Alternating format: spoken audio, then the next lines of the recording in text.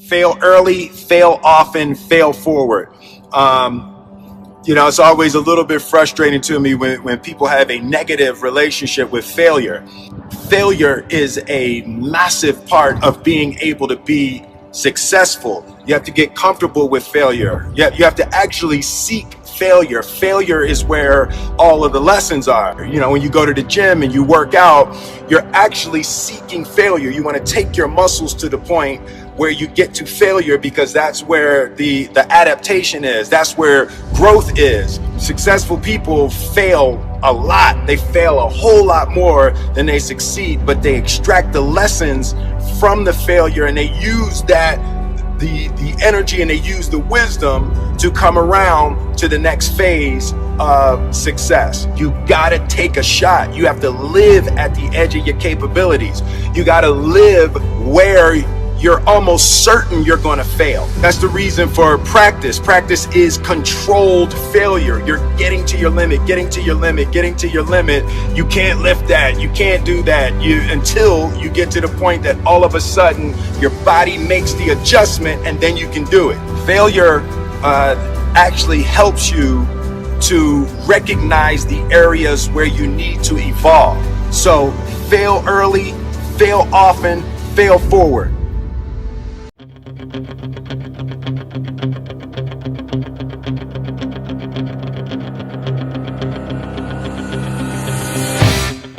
Hi, William Paul Akers. I think you asked a great question. You said, when I say lean, do I mean down to the bone? Well, if you've ever heard me speak, lean has nothing to do with an austerity program at all. Lean has to do with teaching people to think and see waste. And when they see waste, they use their brain, this creative little box up here, and they find better ways to do things that are more efficient.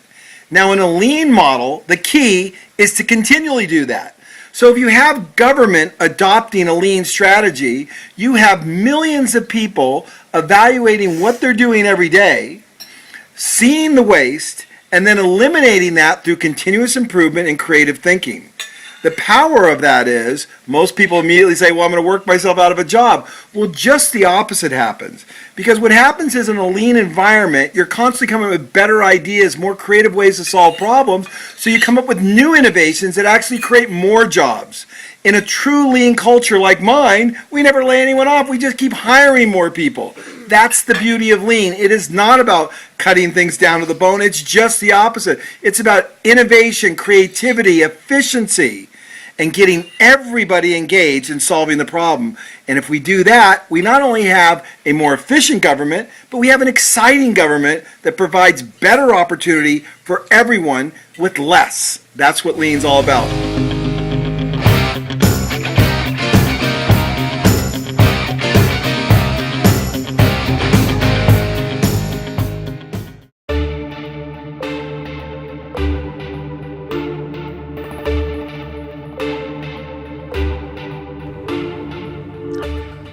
A key concept in lean is waste, which can be defined as anything that doesn't add value to the customer.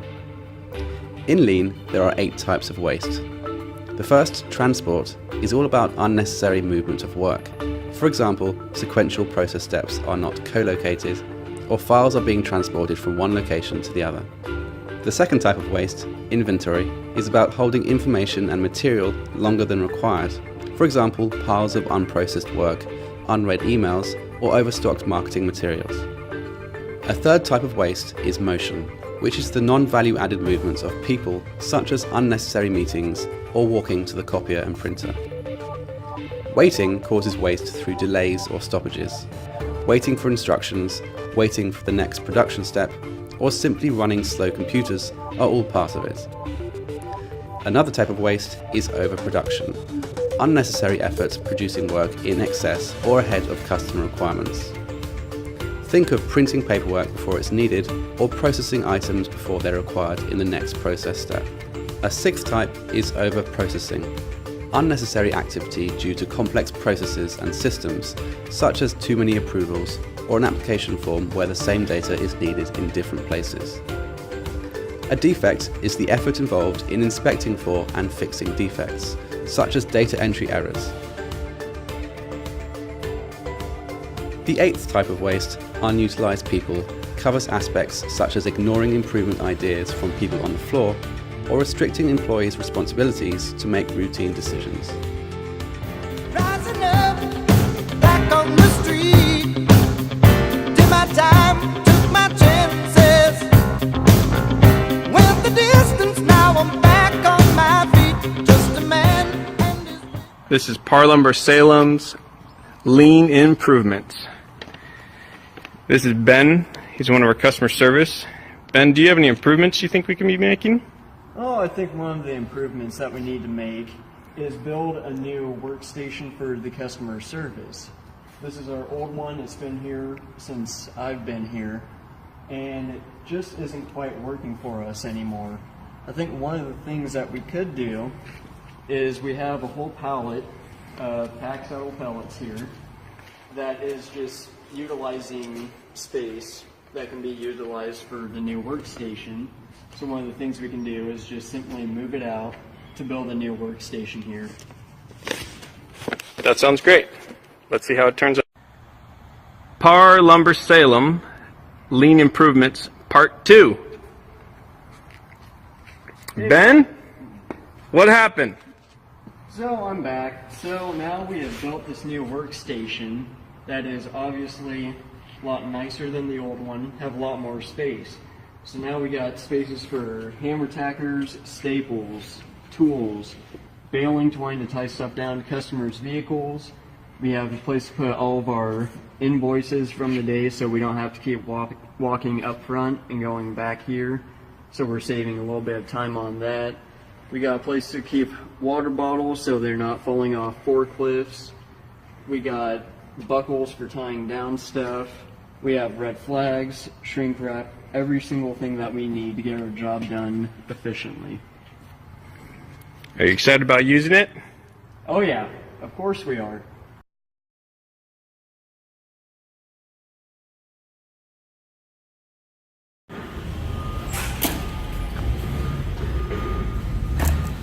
Oh hey, I didn't see you there.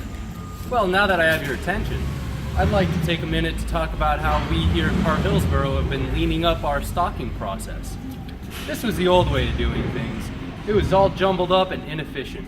It would take a long time to walk this cart through the store because you would be going to every corner for just one basket. But we're going to toss that idea.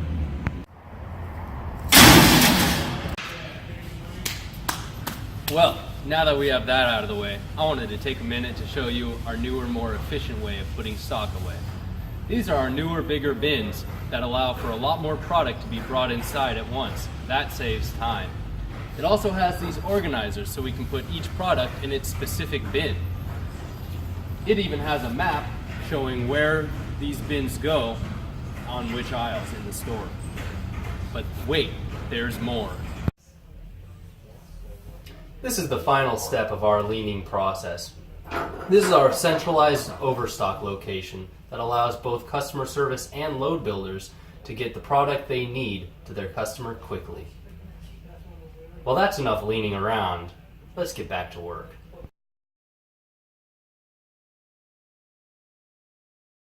Hey folks, and welcome back to Par Hillsboro. We've been striving to make a leaner and more efficient future for us here. Today we're going to be talking about pallet wrapping. Here we have someone wrapping a pallet the old-fashioned way. It's slow, inefficient, and it's downright hazardous if you have to walk under a pallet. Alternatively, you can have a second coworker come give you a hand. This both saves time and makes it more safe. Sounds great, right? Wrong.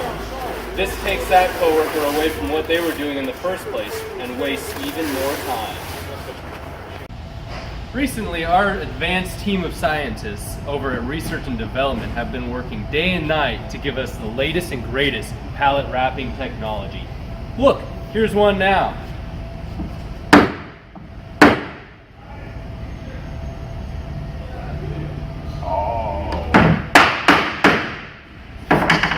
This here is the Pallet Wrapper 9000 2.0. It's going to make it safer, faster, and easier to wrap pallets. Let's see it in action.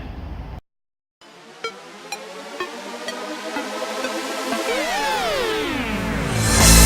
spin my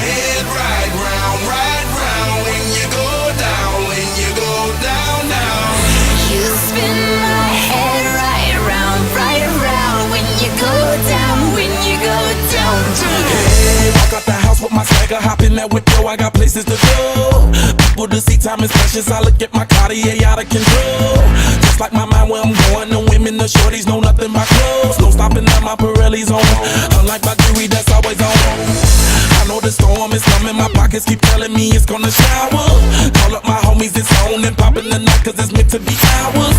We keep a fadeaway shot cause we ballin' this platinum Patron every hour. Look mama, ow, you just like the flowers. Girl, you the truth with all that goody powers. I know what you're thinking. Gee, that sure is one swell piece of machinery.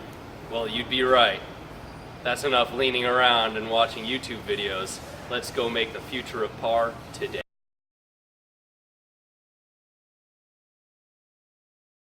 Hey, my name is Mark, PAR Bend. This is our dispatch office. 90% of our invoicing is done from the dispatch computer system, which meant our dispatcher would walk down here after invoicing and file the paperwork. So you'd walk from one end of the room to the other end of the room. So we decided we would just take and move the trays down to this end of the office. So now when Troy's done invoicing, all he has to do is turn around and put the paperwork in the appropriate truck bin.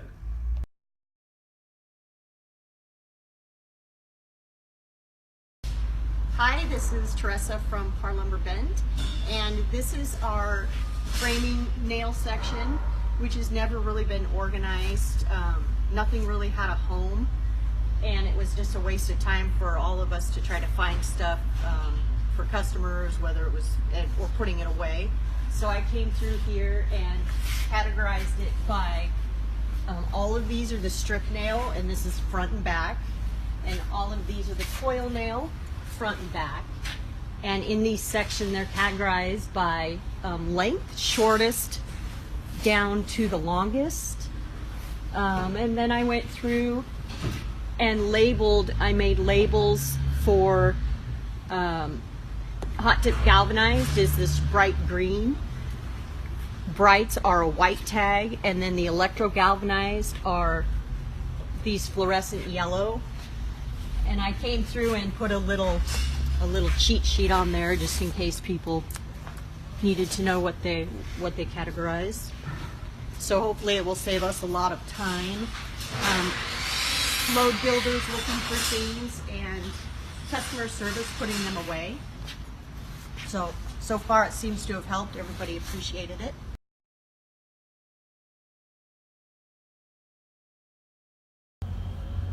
This is Casey at PAR Lumber Bend. We decided just to do some cleanup and organization, so when fixing our trucks, forklifts, or Moffetts, we can find things easily.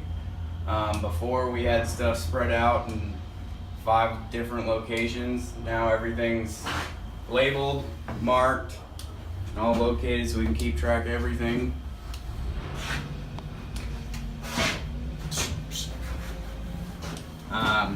We got all of our chains labeled by truck, so every truck has their 2 sets on, and then we got a spare set to swap out.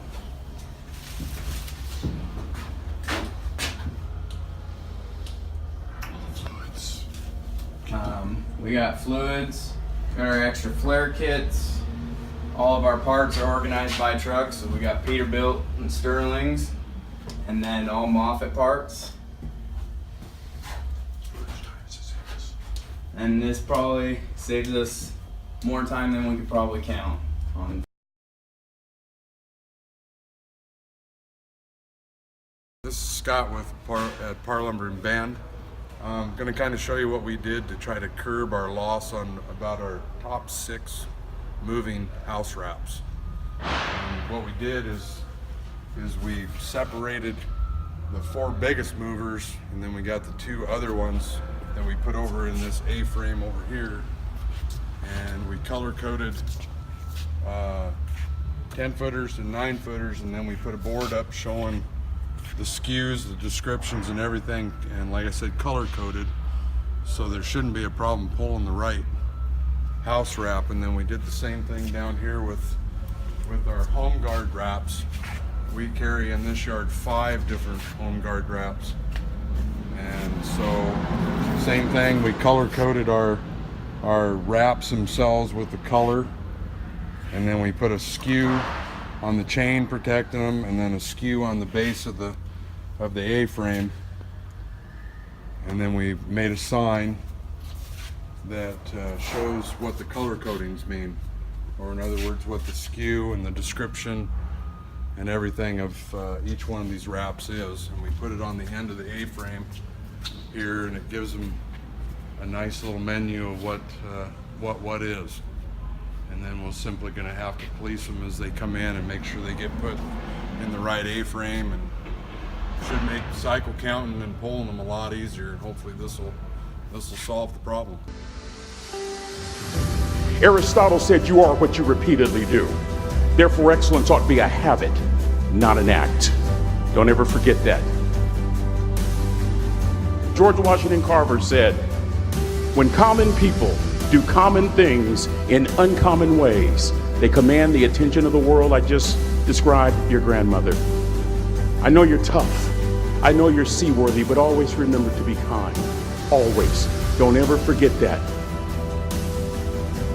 Ego is the anesthesia that deadens the pain of stupidity. Pride is the burden of a foolish person. You'll never be a great shipmate. You'll never be a great executive. You'll never be a great teammate if it's all about you. You'll never be a great supervisor or council person if it's all about you. You'll never be a great staff member if it's all about you. Rather, make sure that servant's towel is always big. On President Cropper's bookshelf, in his bookshelf, he has every book from Plato's Republic to Lessons in Leadership by Coach Wooden. John Wooden coached basketball at UCLA for a living, but his calling was to impact people. And with all those national championships, guess what he was found doing in the middle of the week? Going into the cupboard, grabbing a broom, and sweeping his own gym floor. You want to make an impact? Find your broom. Every day of your life, you find your broom. You grow your influence that way. That way you're attracting people so that you can impact them. Final lesson. Son, if you're going to do a job, do it right. Don't lose your grip on the dreams of the past. You must fight.